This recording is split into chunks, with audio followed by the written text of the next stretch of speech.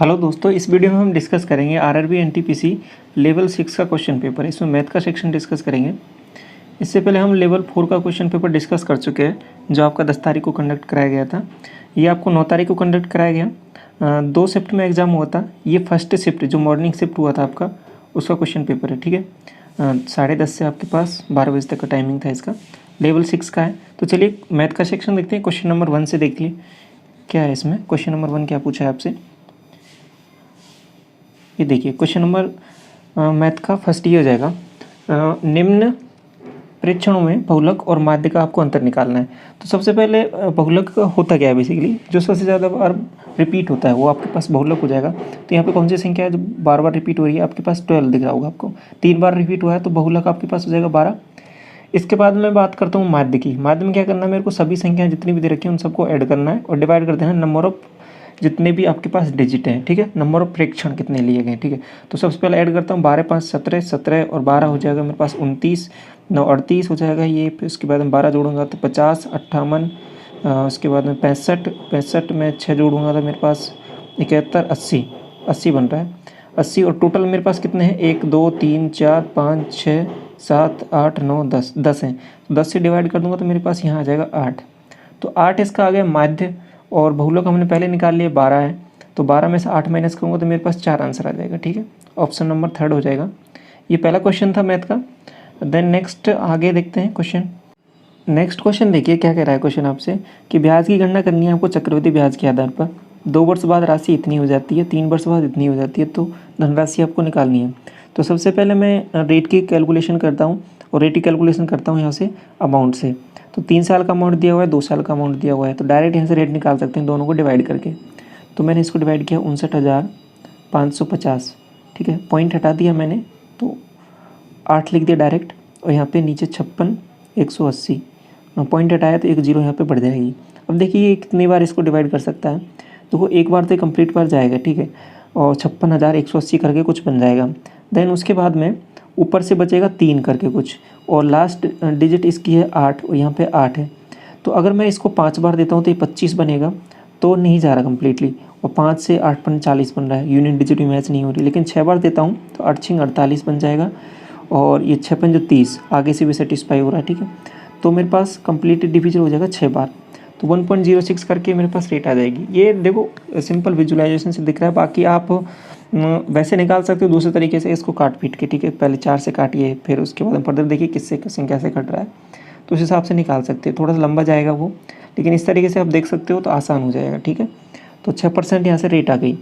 Then 6% rate आ गई। 6% rate को मैं क्या लिख सकता हूँ, 3/25 लिख सकता हूँ क्या, 3/25 लिख सकता हूँ क्या। देखो कैसे, 6% का मतलब होता है 2%, 2% का मतलब होता है 1/50, तो 3/50, 3/50 लिख सकता हूँ। ओके ठीक है, 3/50, तो 3/50 का मतलब हो गया 50 यहाँ पे लिखा, और 53 इधर हो जाएगा। दोनों का स्क्वायर कर दो, इसका स्क्वायर किया तो मेरे पास बन जाएगा ये 5 का किया तो 25। ठीक है, 25 से ये कितने वाला बन जाएगा, 2500। ओके, और इसका स्क्वायर करूँगा तो मेरे पास कितना बनेगा, ये 3 3 9 बन जाएगा, 9 और ये 5 3 15, 3 3 9, 5 3 15 दूना 30, 3 और 5 25 और 3 28, इतना बन रहा है। अब देखिए ये वाली जो संख्या है ये हमारे पास अमाउंट आया है 2 साल बाद। तो अब ये देखो ये वाली संख्या आपको यहाँ पे दिख रही होगी, इसका जस्ट डबल है ना, इस वाली संख्या का जस्ट डबल है। तो मैं इसका भी क्या कर दूंगा, डबल कर दूंगा, और 0 तो आएगा ही इसमें। ठीक है, तो मतलब एक तरीके से वो 20 टाइम्स है, तो इसका 20 टाइम्स निकालूंगा तो मेरे पास कितना आ जाएगा, 25 का 50,000 हो जाएगा। ठीक है, तो यहाँ से 50,000 आंसर आ जाएगा, ऑप्शन नंबर 2। यही आपसे पूछा था क्वेश्चन में कि कितनी धनराशि होगी। आगे समझ में आसान सा सवाल था ये। क्वेश्चन नंबर नेक्स्ट देखिए, 12 नंबर क्वेश्चन है मैथ का आपके पास। ABCD एक आयत है जिसमें AB और BC आपको दिया हुआ है। एक मैं आयत बना देता हूँ यहाँ पे। AB दिया हुआ है आपको 10 और BC ये वाली भुजा दी हुई है, AB और ये C है, ये D है। इसके बाद में क्या कह रहा है कि AB BC और CD इन तीनों भुजाओं को, AB BC और CD इन तीनों भुजाओं को स्पर्श करते हुए एक वृत्त बनाया जाता है। वन्य वृत्त का एक केंद्र है O। तो मैंने यहाँ पे एक सर्किल बना दिया इस तरीके से, एक सर्किल ये बनाया है, इसका सेंटर O है, ये सेंटर O हो जाएगा इसका। तो अभी क्या पूछ रहा है कि त्रिभुज ओ बी सी का क्षेत्रफल आपको निकालना है, ओ बी और सी इसका क्षेत्रफल आपको निकालना है। तो देखो आसानी से निकाल सकते हैं, क्योंकि अब इसका देखो बेस तो आपको पता है कि 8 है। अगर मैं इसकी रेडियस और निकाल दूँ तो मेरे पास आसानी से सवाल सॉल्व हो जाएगा। तो इसकी रेडियस कितनी हो जाएगी, इसकी रेडियस यहाँ से देखिए, यहाँ से निकल जाएगी। अब इसका रेडियस जो ये पूरा 8 है तो ये 4 हो जाएगी रेडियस, तो ये वैल्यू भी 4 हो जाएगी। तो 8 चौके 32, 32 का आधा कर दो 8 16, ठीक है। 1/2 आधा इंटू ऊंचाई होता है ना, तो 1/2 8 इंटू 4, 8 चौके 32/2 16, 16 आंसर हो जाएगा, ठीक है। रेडियस ही आपके पास वहाँ पे क्या हो जाएगी, उसकी हाइट हो जाएगी जो आपके पास ट्राइंगल बन रहा है। देन नेक्स्ट मैं बात करता हूँ क्वेश्चन की। क्वेश्चन नंबर नेक्स्ट है आपके पास मैथ का। नेक्स्ट क्वेश्चन देखिए क्या कह रहा है, सिंपलीफिकेशन का सवाल है। तो क्या करना है इसमें, सबसे पहले ऊपर वाले को सॉल्व कीजिए। 12 4 16, 16 16 में से माइनस कर देना 3, तो 13 बन जाएगा। नीचे देखिए 3 3 9 27, 27 में से 7 गया तो 20, 20 6 आपके पास 26, तो 13 दूना 26, 1/2, 1/2 आंसर हो जाएगा। ऑप्शन नंबर 3 हो जाएगा। आसान सा सवाल था, सिंपलीफिकेशन का, इसमें कुछ था ही नहीं। क्वेश्चन नंबर नेक्स्ट देखिए 21 क्या कह रहा है कि 20% वार्षिक चक्रवृद्धि ब्याज की दर पर 3 वर्ष के लिए 20% वार्षिक साधारण ब्याज की दर पर समान अवधि के लिए निवेशित धन के बीच में अंतर ये है, ठीक है। तो क्या कह रहा है कि यदि एक बार 20% को क्या लिया है कि कंपाउंडेड किया है, ठीक है, चक्रवृद्धि ब्याज की तरीके से लिया है, और दूसरा केस है उसमें क्या किया है कि 20% को किस तरीके से लेना है, आपको लेना है उसमें साधारण ब्याज के रूप में। तो साधारण ब्याज के लिए 20 20 20 60 हो जाएगा, और कंपाउंडेड करूँगा मैं तो मेरे पास 20 20 का 2 साल के लिए स्टार्टिंग का 44 हो जाएगा। तो 44 + 20 और प्लस 44 × 20/100 ये कर दूंगा। तो यहाँ से मेरे पास जो वैल्यू आ जाएगी, देखो ऐड किया है इसको मैंने, 64 बन रहा है, यहाँ से 8.8 बन जाएगा। तो 64 और 8.8 ये कितना बन जाएगा मेरे पास, 72.8 बन रहा है। तो एक वैल्यू हो गई मेरे पास 72, एक बन गई 60, 72.8 एक हो गई 60, दोनों का मैं डिफरेंस लेता हूँ। तो यहाँ से मेरे पास वैल्यू कितनी बन रही है, देखो 12.8 ये वैल्यू बन रही है। तो ये वैल्यू जो दे रखी है, ये दे रखी है आपके पास 448 करके, ठीक है, ये 448 दी है। तो कितने का है ये, कितना गुना है देखो। उसके बाद में क्या करना है, निवेशित धनराशि आपको निकालनी है। तो इसको डिवाइड करना है इससे 128 से, और सिंपल आपको 100 से मल्टीप्लाई कर देना है।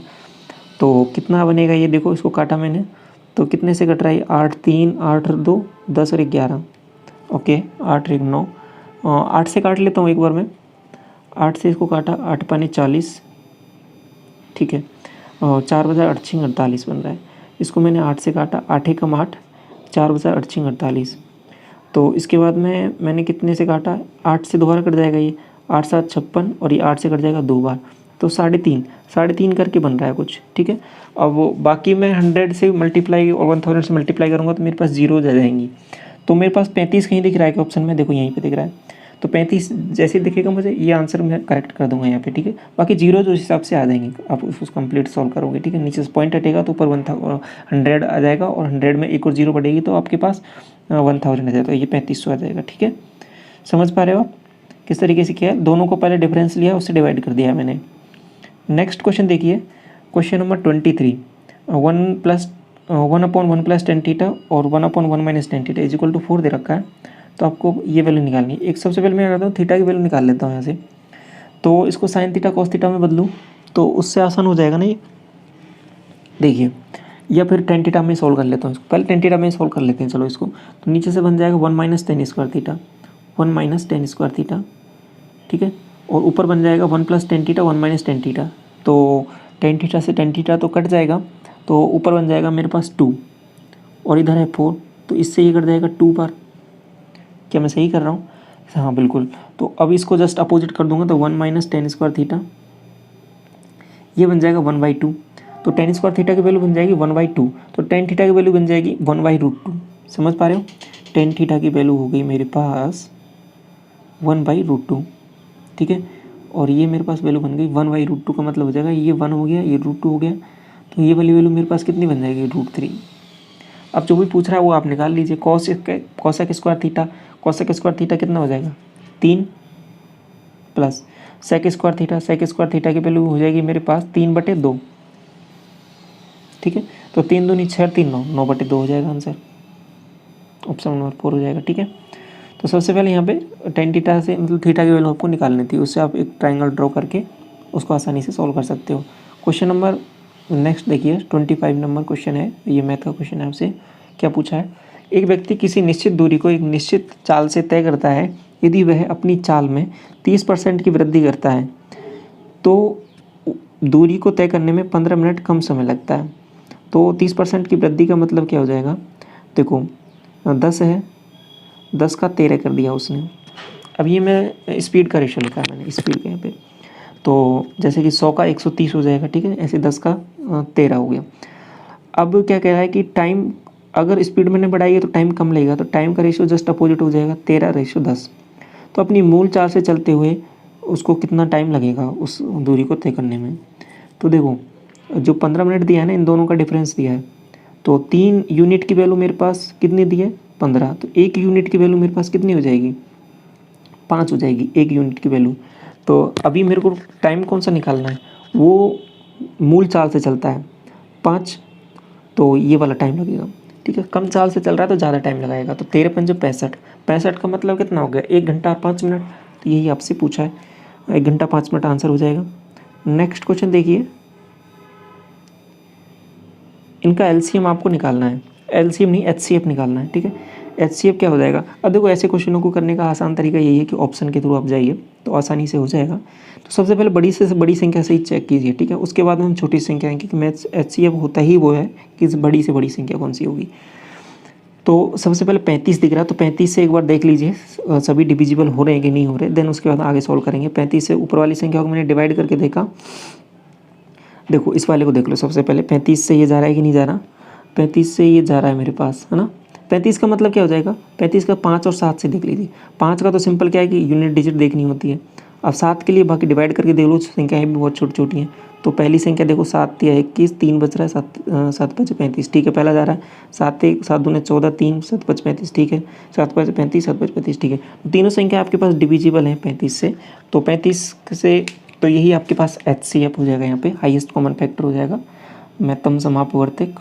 नेक्स्ट क्वेश्चन देखिए, क्वेश्चन क्या कह रहा है आपसे कि ए बी और सी डी केंद्र ओ वाले वृत्त की समांतर स्पर्श रेखाएं हैं। तो एक मैंने यहाँ पे वृत्त बनाया, इसकी 2 समांतर स्पर्श रेखाएं मैंने यहाँ पे ये ड्रॉ कर दी हैं,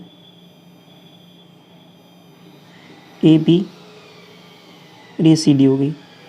ठीक है, इसके बाद में क्या कह रहा है कि पी और क्यू ए बी और सी डी पर स्थित इस प्रकार है कि पी क्यू आर पर स्पर्श करता है। जैसे कि मैंने यहाँ से एक लाइन इस तरीके से ड्रॉ की, ये वाली, तो ये मेरे पास पी पॉइंट है, यहाँ पे ये क्यू पॉइंट है और ये आर पर इस पर स्पर्श कर रहा है। तो मुझे निकालना है पी ओ क्यू, यहाँ पे कोई पॉइंट है, इसका सेंटर पी ओ और क्यू, ये वाला एंगल मेरे को निकालना है। तो देखिए ये सवाल को करने का एक आसान तरीका क्या है कि इसको एक अज्यूम कर लीजिए, एक आपके पास ये बनेगा, देखो अगर ये भी स्पर्श रेखा है और ये भी स्पर्श रेखा बन रही है इस तरीके से।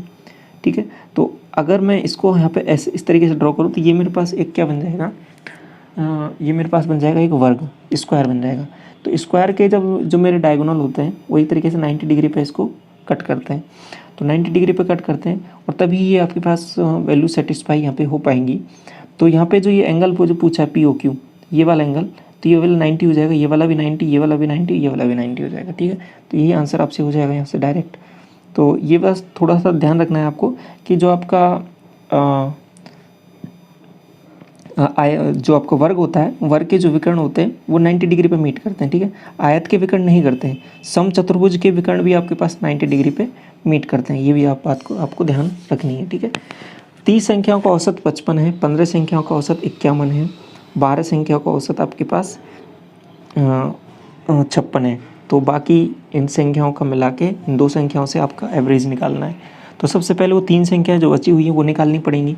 तो 15 का दे रखा है, तो 51, तो कम है, तो 15 संख्याओं का तो कितना कम है, ये 4 कम है, तो 4 माइनस 60 हो गया। 12 संख्याओं का औसत 56 है, कितना ज़्यादा है, 1 ज़्यादा है, तो 12। ठीक है, प्लस 12 तो -48 आ रहा है, तो जो वो बाकी की संख्या है वो +48 होंगी। ठीक है, वो उसमें जो 48 की बढ़ोतरी होगी कितनी, 3 संख्याओं में, तो 3 संख्याएं वैसे होंगी कितनी, तो 55 का मैंने 3 से मल्टीप्लाई किया तो 150, 165, 165 में 48 जोड़ दूंगा मैं, 165 में 48 जोड़ा तो यहाँ से बन जाएगा 8 5 13 और 16 4 20 और 1 21, 213, 213 तो ये बन रहा है आपके पास।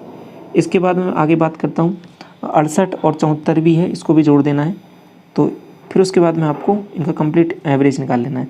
तो ये 7 और 8 15, उसके बाद में 1 2 9 और 6 15, 15 1 2 3। इसके बाद में इसको 355 है ना, इसको डिवाइड करना है आपको कितने से, 5 संख्या है आपके पास टोटल, 2 संख्या तो ये हो गई और 3 पहले से थी, तो 5 से चल जाएगा 7 बार, 5 से जाएगा 1 बार 71 बार। तो ऑप्शन नंबर सेकंड आंसर हो जाएगा आपके पास। ठीक है, क्वेश्चन नंबर 40 देखिए, अंकित मूल्य और क्रय मूल्य का अनुपात दिया हुआ है 5:3। वस्तु का विक्रय मूल्य इतना दिया हुआ है 3024। दुकानदार इस पर 2 क्रमिक छूट देता है, तो उसके बाद में इतनी छूट देता है, तो लाभ या हानि की आपको कैलकुलेशन करनी है। तो सबसे पहले क्रय मूल्य और उसका अंकित मूल्य दे रखा है, तो यहाँ से आप वैल्यू कैलकुलेट किसी हिसाब से कर सकते हो। देखो, तो विक्रय मूल्य भी आपको दे रखा है, तो इनका टोटल मैं यहाँ से नेट वो रेट निकाल लेता हूँ कि कितनी आपके पास छूट मिल रही है। तो 12, 16 और 20% की छूट है। तो CP MP मान लिया मैंने, MP ये रहा, MP पर कितनी छूट मिल रही है मेरे को, एक तो 20% की, 20% का मतलब हो गया 4/5, 1/5 की छूट है तो 4/5 MP का। और देन उसके बाद में 16% का मतलब 84/100 कर दूंगा, तो ये वाली वैल्यू हो जाएगी मेरे पास 3024। ठीक है, अब इसको थोड़ा सा मैं सॉल्व करूँ आगे, तो 14 से ये कटना चाहिए, 14 5 70, 14 6 की 84, ये 6 बार जाएगा, और 14 से 14 दूना 28, 2 बच जाएगा, तो 14 एकम 14। ठीक है, सही कर रहे हैं ना, 14 दूना 28, 2 बचा, 14 एकम 14, 8 बचा, 14 6 की 14 5 70। ठीक है, 14 6 की 84। ठीक है, देन उसके बाद में ये कितनी बार कट जाएगा, 6 से इसको काटा मैंने 36 बार, और उसके बाद में 4 से कट जाएगा 9 बार, और 9 को मैं इससे 4 से मल्टीप्लाई करूँगा 4500, तो 4500 मेरे पास वैल्यू बन रही है। तो 4500 आया ना, ये मेरे पास आ गया क्या, MP। तो CP मेरे पास आ जाएगा यहाँ से 3, इसको मैंने 5 से किया 9, 9 3 27, 2700, तो 2700 मेरे पास इसका आ जाएगा, ये आपके पास कॉस्ट प्राइस हो जाएगा। ठीक है, CP। देन आपके पास देखिए यहाँ पे CP आपके पास आ ही गया है, और सेलिंग प्राइस आपको दे ही रखा है, तो इसमें से माइनस कर दीजिए 3024, इसमें से ये माइनस कर दूंगा मैं 2700, तो मेरे पास 324 बन रहा है। 324 का क्या हो जाएगा, मेरे पास प्रॉफिट हो रहा है। तो यही आपको निकालना था क्वेश्चन में। ठीक है, क्वेश्चन इसकी ट्रिक बस यही थी आपको, इसका जो रेट, ये आपको परसेंटेज में छूटें दी हुई हैं, इसका यूज़ करके आपको MP निकाला था, मार्केट प्राइस। ये आपके पास जैसे ही आ गया, उसके बाद में यहाँ से CP निकाल लोगे, CP से उसके बाद में आप SP आपको दे रखा है, तो दोनों को माइनस कर देंगे तो आपके पास प्रॉफिट आ जाएगा। तो बस इसका यही तरीका था, छोटा सा तरीका करने का क्वेश्चन को। नेक्स्ट क्वेश्चन देखिए, क्वेश्चन नंबर 46, 3x + 2y = 13, और दूसरी क्वेश्चन देखिए, y² - 4y + 4 = 0। x और y की वैल्यू निकालनी है। तो पहले y की वैल्यू निकाल लीजिए दूसरे वाले से, तो ये सिंपल y - 2 का होल स्क्वायर दिख रहा होगा आपको, तो y की वैल्यू यहाँ से डायरेक्ट हो जाएगी 2। ठीक है, दूसरे वाले से हमने y की वैल्यू 2 निकाल ली है। ठीक है, अब ऑप्शन जाइए, ऑप्शन 2 ऑप्शन बन रहे हैं, अगर एक ही ऑप्शन होता तो हम डायरेक्ट टिक कर देते। अब y की वैल्यू 2 आ गई है, तो x की वैल्यू कितनी आ जाएगी, y को 2 से यहाँ पे रखा मैंने, 2 दूनी 4, 9, 13 में से 4 जाएगा तो मेरे 13 में से 4 जाएगा 9 बचेगा ना, तो x की वैल्यू यहाँ से आ जाएगी 3, तो 3 और 2 आपके पास वैल्यू आ गई है, 3 2, यही आपके पास ऑप्शन हो जाएगा। ठीक है, नेक्स्ट बात करता हूँ मैं क्वेश्चन नंबर नेक्स्ट की। ये आपके पास है एक शंकु का क्वेश्चन है कि लंबवृत्तीय शंकु को एक अर्धगोले के ऊपर रखा गया है। शंकु ये है, देखो ये अर्धगोला है, इसको इस तरीके से रखा गया है शंकु को। तो शंकु के आधार की त्रिज्या अर्धगोले की त्रिज्या के बराबर है। तो अर्धगोले का व्यास 12 दिया हुआ है, तो ये आपके पास 6 हो जाएगी, और शंकु की ऊंचाई 8 दी हुई है, ये मेरे पास 8 है, तो ये वाली जो संख्या है ये मेरे पास 10 हो जाएगी। तो पेंट करने के लिए लागत इतनी है, π² को पेंट करना है तो उसकी लागत इतनी है, तो संपूर्ण वस्तु का आपको पास एरिया निकालना है। तो देखो 6 8 10 से ये मैंने इसकी तिर्यक ऊंचाई आपके पास यहाँ पे निकाल ली है। तो अभी शंकु का मेरे को यहाँ वक्रपृष्ठीय क्षेत्रफल निकाल लेता हूँ। वक्रपृष्ठीय क्षेत्रफल कितना हो जाएगा, πRL। ठीक है, तो पाई तो यहाँ पे भी आएगा, यहाँ पे भी आएगा, दोनों में आएगा, तो पाई को मैं तो कॉमन ले ही लेता हूँ। ठीक है, पाई तो यहाँ से कॉमन आ जाएगा। R × L, R कितना है मेरे पास 6 और L को मल्टीप्लाई करूँगा इससे तो 60 बन जाएगा, 60 आ गया पाई आर एल। देन नेक्स्ट बात करता हूँ आपके पास अर्धगोले के लिए। अर्धगोले के लिए आपके पास एरिया होता है 2 पाई आर स्क्वायर। तो पाई मैंने ऑलरेडी कॉमन ले दिया, 2r स्क्वायर तो 6 का स्क्वायर करूँगा 36, ठीक है 36, और 36 का भी मैं कितना 36 को भी 2 से मल्टीप्लाई करूँगा, ठीक है। तो 36 को 2 से मल्टीप्लाई करूँगा 72, तो यहाँ से बन जाएगा ये 72। दोनों को जोड़ा तो मेरे पास वैल्यू कितनी बन रही है 2 और 7 से 13, 132। अभी क्या करना है, मुझे निकालनी है जो संख्या वो 25 के हिसाब से। 25 अगर पाई सेंटीमीटर स्क्वायर को पेंट करना है तो उसके लिए 25 है। तो मेरे पास पाई की वैल्यू यहाँ पे मैं एक तरीके से इस इतने एरिया के लिए मैं 25 रख दूंगा। तो 25 से उसको मेरे को डायरेक्ट मल्टीप्लाई करना है। तो डायरेक्ट किया 25 दूनी 50, 3 25 थी 75 और 3 सही कर रहे हैं ना, 25 दूनी 50, 5 बन रहा है। 25 थी 75 और ये आपके पास 8 बन जाएगा और 25 और 8 33, 3300 आपके पास आंसर आ जाएगा, ठीक है। ऑप्शन नंबर सेकंड हो जाएगा। तो सिंपल करना क्या है कि पाई को आप एज इट इज़ रखिए उस एरिया में, देन उसके बाद में क्योंकि आपको उसकी वैल्यू डायरेक्ट दी हुई है वहाँ पे उतने एरिया को कवर करने के लिए, देन जो वैल्यू आपको पूछ रहा है वो आप रख दीजिए वहाँ पे एरिया निकाल के, तो आंसर आ जाएगा आसानी से। नेक्स्ट क्वेश्चन देखिए, क्वेश्चन आपसे क्या कह रहा है कि 5,000 रुपये की धनराशि है, उसको एक भाग को 12% पर देना है और दूसरे भाग को 10% पे देना है, और वो भी 2 साल के लिए देना है। और 2 साल के लिए जो ब्याज है आपके पास 1072 मिल रहा है। तो 12% की रेट पर कितना आपने जो धनराशि दी थी वो आपको निकालना है। तो देखो किस हिसाब से करना है इसको। तो मैंने मान लिया 12% के रेट पर उसने x धनराशि दी थी, तो x का 12% बटे 100 में नहीं लिख रहा हूँ मैं, 100 को डायरेक्ट उधर लेके जाऊँगा, प्लस 5,000 माइनस x, ठीक है। ये 5,000 माइनस एक्स है, 5,000 माइनस एक्स, इसका मैं कितना परसेंट लेता हूँ 10%। तो ये मेरे पास 1072 है वो 2 साल के लिए, तो इसका आधा करना पड़ेगा मेरे पास, तो 536 बन जाएगा, ठीक है। और 2 जीरो यहाँ से इधर से आ ही जाएगा, क्यों आ जाएगा, क्योंकि मैंने 100 से डिवाइड करना था तो उधर मैंने मल्टीप्लाई कर दिया। तो यहाँ से देखो 12x है और ये 10x है, तो 2x बन रहा है इधर, और ये 5,000 का 50,000 बन जाएगा, तो इधर माइनस हो जाएगा, तो मेरे पास कितना बनेगा इधर से वैल्यू 3600। तो x से मैं 2 से डिवाइड कर दूंगा तो x की वैल्यू मेरे पास आ जाएगी, वो कितनी आ जाएगी 1800। जो 1800 रुपये की राशि है वो उसने दी थी 12% की रेट पर, यही मेरे को निकालना था, ठीक है। नेक्स्ट क्वेश्चन देखिए, क्वेश्चन नंबर 58 क्या कह रहा है कि इसको सॉल्व करना है। सिंपल सा एक इक्वेशन दी हुई है आपको, ऊपर वाले को सॉल्व करना है, नीचे वाले को सॉल्व करना है। पहले ऊपर को देखिए, 4 5 और ऊपर किया 3 और 3 है माइनस का, प्लस का 2 है, तो -1 बन रहा है। 4/5 -1, 4/5 -1, ठीक है। तो यहाँ से मैं इसको सॉल्व करूँगा तो मेरे पास 5 उधर जाएगा, तो -1/5 माइनस आगे लगा हुआ है ऑलरेडी, तो प्लस बन जाएगा, तो +5 1/5 तो 8/5 बन जाएगा, ठीक है। तो ऊपर जो संख्या बनी है मेरे पास वो 8/5 बनी है।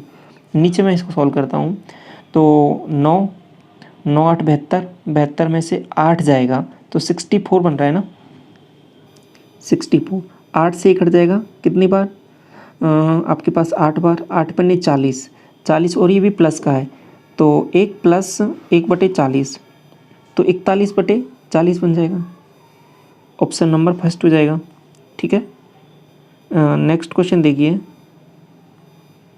क्वेश्चन क्या कह रहा है आपसे कि यदि आपके पास एक इक्वेशन सी दी हुई है, इसमें z की वैल्यू आपको निकालनी है। सिंपल सॉल्व करना है, सिंप्लीफिकेशन का सवाल है।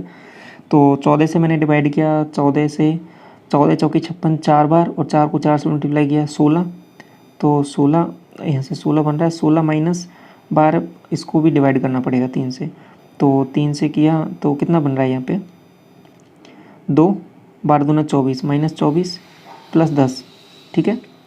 तो ये 26 बन गया, 26 में से 24 आएगा तो 2 बन जाएगा, तो z इक्वल किया हुआ है तो z की वैल्यू 2 आ जाएगी यहाँ पे।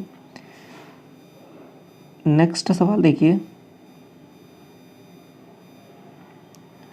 क्वेश्चन नंबर 70, 2 अंकों की संख्या का 1/7 भाग उस संख्या के आधे से 15 कम है, तो 2 अंकों वाली संख्या के अंकों का योग आपको निकालना है।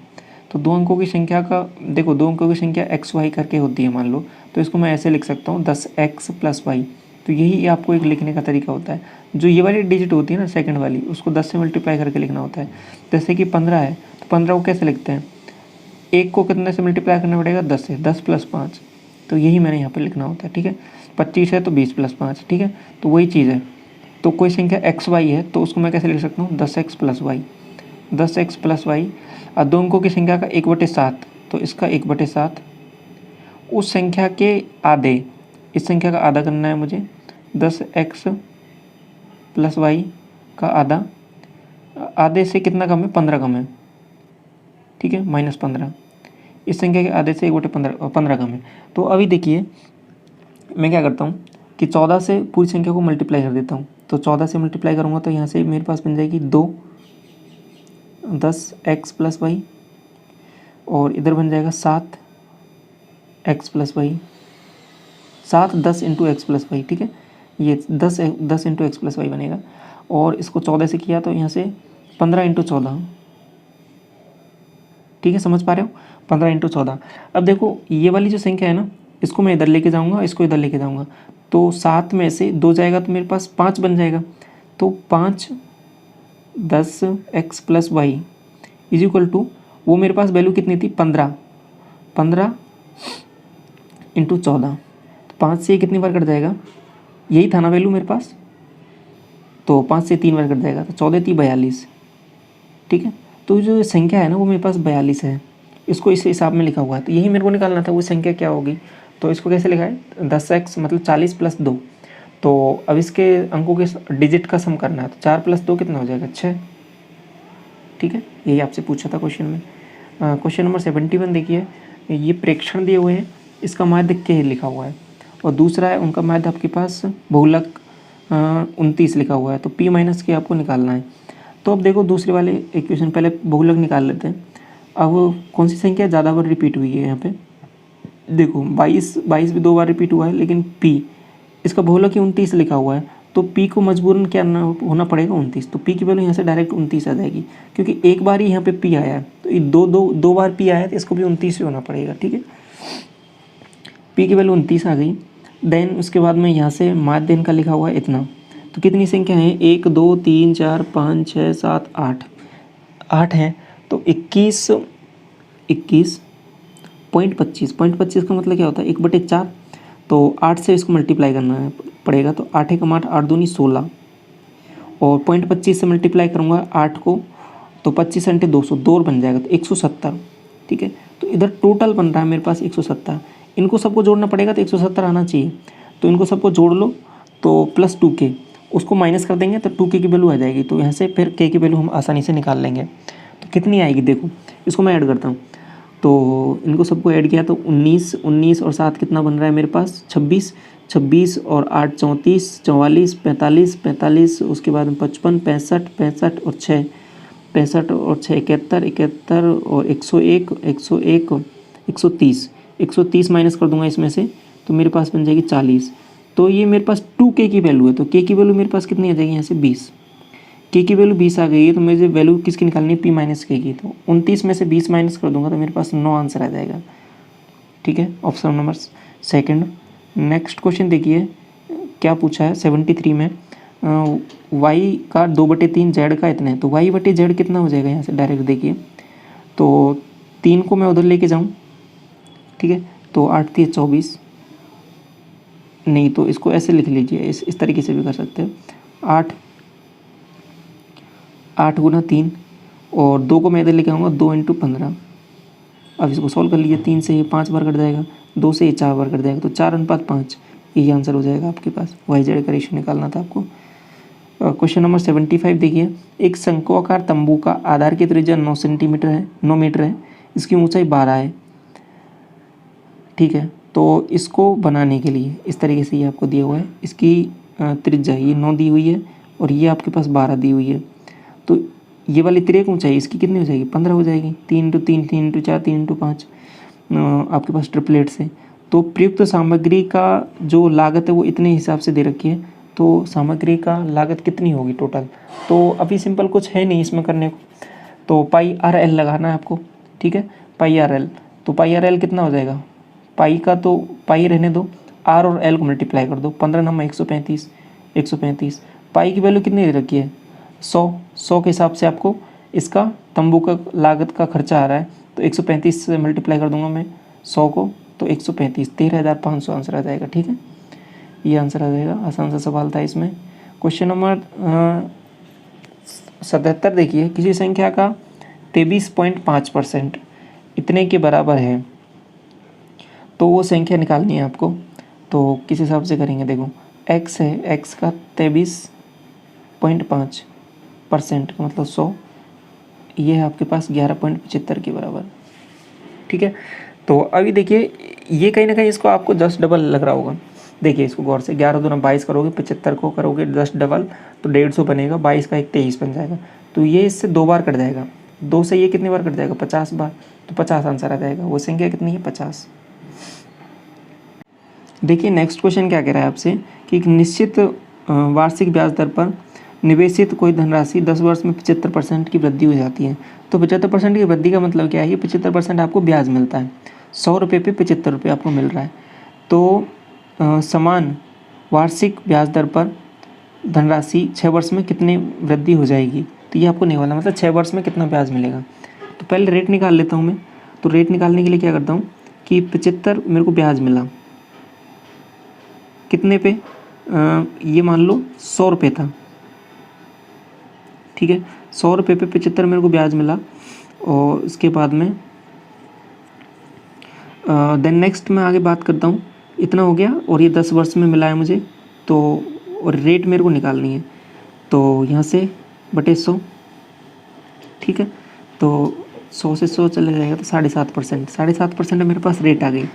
देन 7.5% आगे मैं क्या करता हूँ 6 वर्ष के लिए निकाल लेता हूँ। तो 100 मेरे पास मूलधन है और 7.5% रेट है। ठीक है, और 6 साल के लिए निकालना है, तो आसानी से करना है, इसमें कुछ है नहीं, 100 से तो 100 चला ही जाएगा। इसको मल्टीप्लाई करना है, 6 7 42 और 6 5 30, 42 और 3 45, 45% आ जाएगा आंसर। ठीक है, 81 में। देन नेक्स्ट देखिए, नेक्स्ट सवाल ये देखिए 83 को कैसे करना है, इसको सॉल्व करना है। अभी देखिए ऑप्शन के थ्रू करना आसान हो जाएगा इस सवाल को, क्योंकि जो ऑप्शन है बहुत दूर दूर है। तो अभी यहाँ पे क्या करता हूँ मैं कि जैसे कि ये वाली संख्या है स्टार्टिंग वाली, इसको मैं 500 के लगभग मान लेता हूँ, 500 है। ठीक है, 500 और इसको मान लेता हूँ 2, 500 प्लस 2, 2 और इसको 5 मान लेता हूँ, 2 गुना 5 10 माइनस ये मैंने इसका मान लिया 3 बटे और इसको मान लिया मैंने 19 के लगभग 20 मान लिया। ठीक है, तो अभी यहाँ से ये एक से भी छोटी संख्या आ रही है, तो ये 5 दूनी 10, 510 के लगभग आ जाएगी संख्या। तो ये मैंने अप्रोक्सीमेशन करके देखा है। ठीक है, तो 510 के अराउंड कोई ऑप्शन होगा तो मैं इसको टिक कर दूंगा। अब देखो एक ही ऑप्शन है और दूर दूर तक बहुत ऑप्शन कोई है नहीं 510 के अलावा, तो आंसर केवल यही हो जाएगा। बाकी टाइम आपको इसमें गंवाना है नहीं, डिवाइड करना कम्प्लीटली, क्योंकि आंसर आपके पास वैसे भी आ रहा है इसमें। ठीक है, अप्रोक्सीमेशन लेके, तो ये भी थोड़ा सा अप्रोच आपको सीखनी है यहाँ पे। क्वेश्चन नंबर नेक्स्ट देखिए, 54 किलोमीटर की स्पीड से चल रही 450 मीटर लंबी रेलगाड़ी प्लेटफॉर्म पर खड़े व्यक्ति को कितने सेकंड में पार कर लेगी, कितने समय में। तो 54 की स्पीड है, तो इसको मीटर प्रति सेकंड में बदलूंगा, तो 18 थी 54 और 5 थी 15, तो 15 मीटर प्रति सेकंड स्पीड आ गई। तो 450 की है तो 15 से तय करेगी, तो 15 थी 30 सेकंड आ जाएगा आंसर आपका। 5/18 से सीधा मैंने उसको कन्वर्ट कर लिया यहाँ पे। आगे देखिए इस सवाल को सॉल्व करते हैं। तो इसका मैंने यहाँ पे डिवाइड किया, 8 3 24, 24 6 को मल्टीप्लाई किया तो 6 थी 18, 18 और ये 16, 18 में से 16 जाएगा तो 2 यहाँ पे बन जाएगा 42 को 4 से मल्टीप्लाई करूँगा।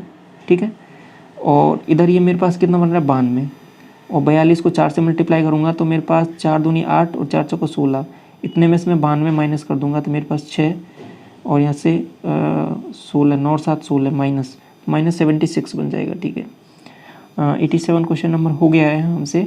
नेक्स्ट देखिए क्वेश्चन नंबर 88 देखते हैं। 5 वर्ष पूर्व पिता और उसके पुत्र की आयु इतनी थी। 5 वर्ष पूर्व दे रखी है 7:2 में। उसके पुत्र की आयु का अनुपात 5 वर्ष बाद कितना हो जाता है 9:4। अब देखिए ये 2 बड़ा है, ये भी 2 बड़ा है, मतलब सही रेशियो दे रखा है।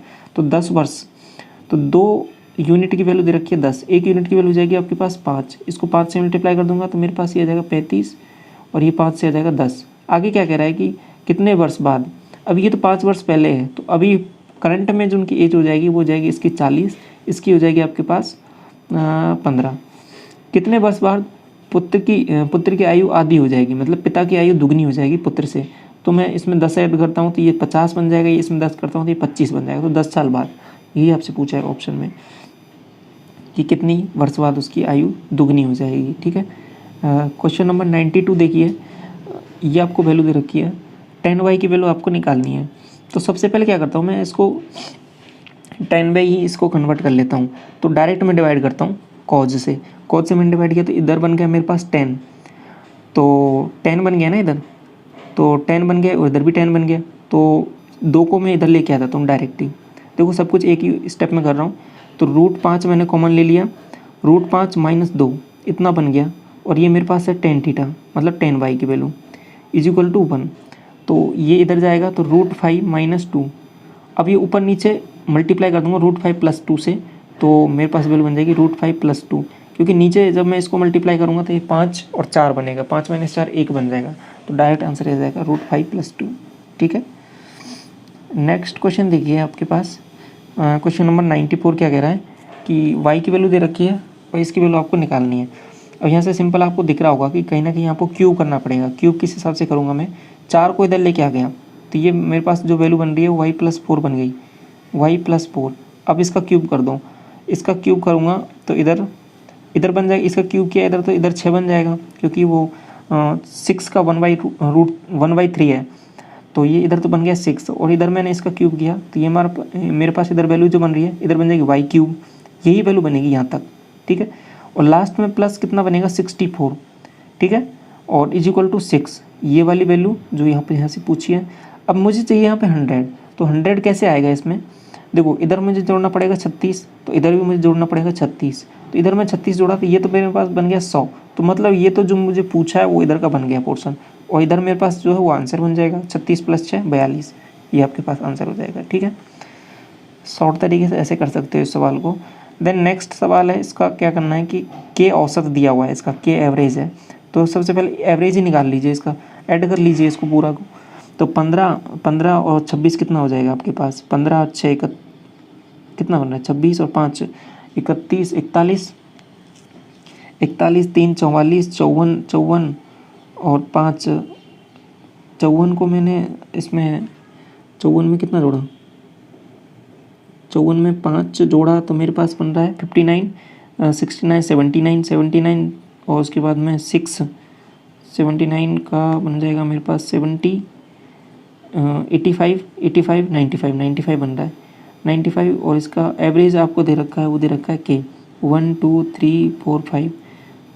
ठीक है, के तो 19 बन रहा है 19, और 19 को मैं 2 से मल्टीप्लाई करूँगा तो के एवरेज मतलब 19 की, के की वैल्यू 19 आ गई, तो 19 को 2 से मल्टीप्लाई करूँगा 38 + 11 ये 49 बन जाएगा, 49 का अंडर रूट निकालूंगा तो मेरे पास 7 बन जाएगा। आसान सा सवाल था, इसमें कुछ करना नहीं था, के की वैल्यू निकालनी थी। एक पुरुष एक कार्य को 20 दिन में पूरा कर सकता है, एक महिला उस कार्य को 30 दिन में पूरा कर सकती है, तो 20 M = 30 फीमेल, ये आपके पास इस तरीके से इस काम को कर सकते हैं। तो इनकी एफिशिएंसी किस हिसाब से आ जाएगी, मेल और फीमेल की एफिशिएंसी ये आ जाएगी मेरे पास 3:2। ठीक है, अब क्या कर रहे हैं कि 2 पुरुष और 3 महिलाएं उस काम को कितने दिन में करेंगी, तो टोटल काम निकाल लेता हूँ, तो 3 से इसको मल्टीप्लाई किया तो 60 काम हो जाएगा मेरे पास टोटल। अब 2 पुरुष है, 2 पुरुष का मतलब 6 और 3 महिलाएं, 3 का मतलब 6, 3 दूनी 6 12, 6 से 12 12 पंजे 60, 5 आंसर आ जाएगा। ठीक है, नेक्स्ट क्वेश्चन देखिए, इसमें से क्या करना है आपको, सबसे छोटी सबसे बड़ी संख्या आपको निकालनी है और उसका गुणनफल करना है। तो अभी देखो यहाँ पे जैसे कि 1/4 है ना, 1/4 ये लगभग होता है 0.25 के लगभग, तो और दूसरी वैल्यू है आपके पास 2/3, 2/3 होता है आपके पास 0.66 है ना, और उसके बाद में मतलब 0.67 के लगभग अराउंड होता है, और 4/5 ये आपके पास होती है 0.85 मतलब 0.80 के बराबर, और ये वाली वैल्यू आपके पास कम हो जाएगी, और इसके बाद में ये आपके पास 75। तो सबसे छोटी वैल्यू ये है और सबसे बड़ी वैल्यू है आपके पास दिख रही होगी वो 1/4/5 है। दोनों को मल्टीप्लाई करना है तो 1/5। तो के की वैल्यू आ गई आपके पास 1/5। यहाँ पे वैल्यू आपको रखनी है 1/5 1/के की। 1/के की वैल्यू उल्टी हो जाएगी 5। 5 + 4 9। 1/के की वैल्यू हो जाएगी 5 + 4 9, और इधर 5 - 2, ठीक है। तो 9 और ये 3, 9 × 3 = 27, ये आंसर हो जाएगा, ठीक है। 101 वो क्वेश्चन क्या कह रहा है कि PQR इतने दिनों में किसी काम को कर सकते हैं। ये P रहा, ये Q रहा, ये R रहा। टोटल मैंने इनका कितना ले लिया, कितना ले सकते हैं 36 360 ले लें क्या? ठीक है, 360 में हो जाएगा। 36 90 से भी हो जाएगा, 90 से नहीं होगा ना, 360 ले लेते हैं एक बार। ये 40 है, ये 90 है, और ये आपके पास 36 है। 360 लिया मैंने, तो 0 से 0 4 से 9 बार चला जाएगा, 0 से 0 9 से 4 बार चला जाएगा, ये 10 बार चला जाएगा। आगे क्या कह रहा है कि P कार्य शुरू करता है, Q 7 दिन के बाद उस कार्य में शामिल होता है। यदि R शुरुआत से 8 दिन के बाद उसमें शामिल होता है, तो R कितने दिन तक कार्य करता है। देखो, सबसे पहले मैं क्या करता हूँ कि टोटल कार्य निकाल लेता हूँ कितने दिन में होता है, उसके बाद में मैं माइनस कर दूंगा, तो उससे मेरे पास वैल्यू निकल जाएगी। देखिए Q है जो 7 दिन बाद उसमें ऐड हो रहा है, तो मैं क्या करता हूँ उसको 7 दिन पहले ऐड कर देता हूँ। तो ये कितना काम एक्स्ट्रा कर देगा, 28 काम एक्स्ट्रा कर देगा, 7 × 4 = 28। और R के बारे में क्या कह रहा है कि वो 8 दिन के बाद, तो 8 दिन बाद ऐड होगा, तो मैं इसको 8 दिन पहले ही ऐड कर देता हूँ, इतना काम एक्स्ट्रा कर देगा। तो मेरे पास टोटल काम कितना हो गया, 8 और 36, और ये आपके पास 38 और 8 कितना हो जाएगा 46, 346 नहीं 46, तो ये 468 आ जाएगा, है ना। ये मेरे पास 468 इतना आ जाएगा। अब कितने दिन में होगा ये कंप्लीट, 9 और 4 13 23, इतने दिन में आपके पास ये काम कंप्लीट होगा।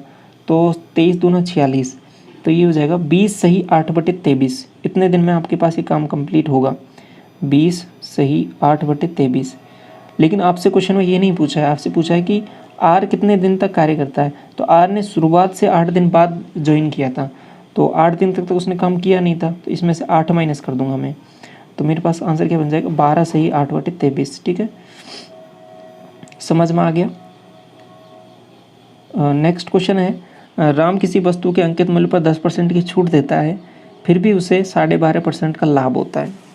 तो 10% छूट देता है, 12.5% का लाभ होता है, तो वस्तु का अंकित मूल्य पर बेचता है तो इसे कितने % का लाभ होगा।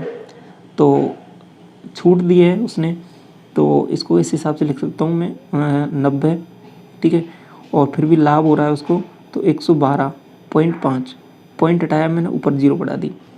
अब क्या कर रहा है कि वो उसको इतने ही रुपये में ही बेच दे रहा है, ठीक है। जो इसके बाद इसमें छूट नहीं दे रहा, ये मेरे पास CP है और ये आपके पास MP है, इसको छूट नहीं दी तो इतने रुपये में बेच दिया। तो अभी मेरे पास इसने कितना प्रॉफिट कमा लिया यहाँ से, 900 रुपये की, 900 रुपये पे कितना प्रॉफिट कमाएगा ये 225, ठीक है। तो अब ये इसका कितना गुना है, ये इसका 4 गुना है, तो 1/4 1/4 का मतलब कितना होता है 25%। देन नेक्स्ट सवाल देखिए, क्वेश्चन नंबर नेक्स्ट कौन सा रह गया आपके पास मैथ का इसमें, ये देखिए 110वां नंबर क्वेश्चन क्या कह रहा है। इसको थोड़ा सा बड़ा कर देता हूँ। अब देखिए एक वृत्त की परिधि 308 दी हुई है, तो 2 × पाई × r, पाई r को भी ऐसे लिख देता हूँ 2 × 22/7 × r = 308, ठीक है। तो ये इतना दिया हुआ है, तो आपको निकालना क्या है कि क्षेत्रफल निकालना है। तो पहले इसको काट लेता हूँ 22 से जाएगा 1 बार, 8 बचेगा, तो 22 × 4 = 88 7 बार, ठीक है। 2 से ये कट जाएगा 7 बार, तो r की वैल्यू होगी मेरे पास 49। तो मुझे क्षेत्रफल निकालना है, तो 22/7 49 × 49, तो 7 से ये कट जाएगा 7 बार, ठीक है। अब इसको इससे मल्टीप्लाई किया, तो 49 को करूँगा तो 343, 2 से और कर दूंगा तो फिर मैं 11 और 2 इसको ऐसे लिख लेता हूँ, 2 से इसको करूँगा तो 6, 34 का हो जाएगा 68, इतना बन गया। अब क्या करता हूँ, 11 से मल्टीप्लाई करने का सिंपल आसानी से ट्रिक होती है 6, और उसके बाद में 8 से 14, 8 से 14 एक 15 और 6 एक 7, 7 5 4 6, एक ही ऑप्शन है आपके पास, ठीक है, ऑप्शन नंबर 3 हो जाएगा। नेक्स्ट क्वेश्चन देखिए, आपको वैल्यू निकालनी है वाई की। तो सबसे पहले क्या करिए, देखो अब यहाँ पे पॉइंट के हिसाब से आपको चलना है, तो पॉइंट हटा दीजिए इधर से 2 पॉइंट हटाए मैंने, तो दोनों तरफ 100 से मल्टीप्लाई कर दो, ठीक है, दोनों तरफ 100 से मल्टीप्लाई कर दो, तो इधर बन गया 17 वाई, इधर भी 100 से मल्टीप्लाई किया तो ये 102 बन गया और एक 0 आ जाएगी, ठीक है, एक पॉइंट हट जाएगा इधर, तो 17 से कट जाएगा, 17 पंजे पीछे 17 6 की 102, 60 बार, तो वाई की वैल्यू 60 आ जाएगी आंसर, ठीक है। नेक्स्ट क्वेश्चन देखिए, क्वेश्चन नंबर 116, क्या कह रहा है कि एक गोलीय कोष की बाह्य त्रिज्या 9 सेंटीमीटर है, कोष की मोटाई इतनी है, तो उसको बनाने के लिए प्रयुक्त धातु का आयतन ज्ञात कीजिए।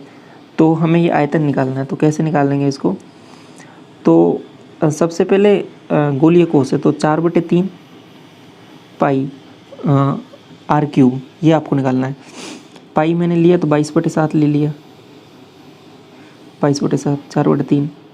इसके बाद में 22/3 ये हो गया, एक की रेडियस हो जाएगी 9 और इतनी मोटाई है तो एक दूसरे की रेडियस हो जाएगी 8, तो 9 का करूँगा मैं क्यूब, तो 9 का क्यूब करूँगा 729 और उसमें से माइनस कर दूँगा 512, ये माइनस कर देना है मुझे, तो यहाँ से मेरे पास ये डायरेक्ट वैल्यू आ जाएगी। तो कर लीजिए माइनस, कितना बन रहा है, यहाँ से ये माइनस किया तो 9 में से 2 जाएगा तो 7 बचेगा, सही है ना, 9 में से 2 जाएगा 7 बचेगा, और उसके बाद में 2 में से जाएगा 1 बच जाएगा, यहाँ से बन जाएगा 217, 7 तो 9 और 1 10, 217, तो ये 7 से कटना चाहिए, 7 से कट रहा है, ठीक है, 7 या 21 और 7 कम 7, तो ऊपर क्या बन रहा है, 31 को मैं कितने से कर देता हूँ, 8 से मल्टीप्लाई, 4 यहाँ से ले लिया 8, ठीक है, 31 को 8 से मल्टीप्लाई कर देता हूँ और 11 से मल्टीप्लाई कर देता हूँ, ठीक है, 31 को 8 से मल्टीप्लाई कर देता हूँ और 11 से मल्टीप्लाई कर देता हूँ, और नीचे मेरे पास वैल्यू बन रही है 3, 8 एकम 8 और 8 3 24। अब इसको ऐड कर लिया तो वैल्यू कितनी बनेगी मेरे पास, 8, ठीक है, समझ पा रहे हैं ना, 8 और इसके बाद में 8 4 12, इसको डिवाइड करना है ना मुझे, प्रयुक्त धातु का आयतन निकालना है, ओके, तो 8 और इसके बाद में कितना बन जाएगा, 8 4 12 और 12 1 2 4 6 1 7 7 और 2 2700 करके कुछ बन जाएगा, इसको मैं 3 से डिवाइड कर दूंगा, तो 3 से 9 3 3 9 27 0 9 27 1 बन जाएगा 1/3, 909 सही 1/3, ये आंसर आ जाएगा, ठीक है, सिंपल, इसको कुछ नहीं था, इसमें गुणा भाग ही करना था आपको। एक देखिए लास्ट सवाल रहा है आपका ये 120, ये ग्राफ का सवाल है, बार ग्राफ का, तो लाइन ग्राफ है, इसको किस हिसाब से करना है देखिए, निम्न में से किस वर्ष के दौरान वार्षिक प्रतिशत लाभ प्रदर्शित सभी वर्षों के दौरान हुए औसत वार्षिक प्रतिशत लाभ की निकटतम था। तो सबसे पहले क्या करना है कि इन जो भी आपको ये प्रॉफिट दिया हुआ है सबको ऐड करना है, इनका एवरेज निकालना पड़ेगा, तो एवरेज निकालना है, वो देखना है कि किस ईयर में हुए लाभ के बराबर है, तो एवरेज जो किसके बराबर है वो निकालना है सिंपल, तो 60 इनका सबको पहले ऐड करना पड़ेगा, तो 60 और ये देखो एक बार ऐड किया मैंने, 5 5 10 5 15, उसके बाद में 7 6 13 13 और 6 19 और 4 23 23 और 9 32 32 और 1 33, इतना आ जाएगा, 1 2 3 4 5 6 6 से इसको डिवाइड करना है, तो 6 पंजे 30, इसके बाद मेरे पास वैल्यू कितनी बन रही है 3, तो लगभग 6 चौके 6 पंजे 30, ठीक है, और 6 पंजे 30 करके और पॉइंट करके कुछ आएगी, ठीक है, और ये आपके पास 0.5 बन रहा है ना, तो 6 7 42 6 8 48, इतने लगभग क्या आएगी 55.8 के लगभग वैल्यू आएगी। अब ये किसके निकटतम है, और यहाँ पे एक ही संख्या आपको दिख रही होगी 55 के अराउंड, एक ये है, ये किस साल में है आपके पास 2008 में, तो ये आपके पास डाटा पूछा यहाँ पे कि किस साल में वो एवरेज के बराबर है जो लाभ हुआ है, तो वो 2008 में, और कोई ऑप्शन होता है उसके क्लोज तो वो ऑप्शन टिक हो जाता है, ठीक है, लेकिन अभी यहाँ पे ये 55 ही है, तो बाकी ऑप्शन सब दूर दूर हैं, जैसे कि 65 है 70 है, ठीक है, तो आंसर हो जाएगा 2008। तो ये इसके टोटल क्वेश्चन थे हमने मैथ के, वो सभी डिस्कस कर लिए हैं। ठीक है, इससे पहले हम डिस्कस कर चुके हैं आपके पास लेवल 4 का। ठीक है, लेवल 4 का यदि आपने वो नहीं देखा तो वीडियो वो भी देख लीजिए, वो भी चैनल पर डली हुई है। ये लेवल 6 का था और लेवल 6 का एक पेपर हमने डिस्कस कर लिया ये। ठीक है, मॉडर्निक शिफ्ट का। तो आइए आपको ये समझ में आ गया होगा किस हिसाब से क्वेश्चन पूछे गए। आने वाली शिफ्ट के लिए आप समझ सकते हैं इसकी इंपॉर्टेंस कितना इंपॉर्टेंट है। तो चलिए इस वीडियो को यहीं तक रखते हैं। Thank you so much.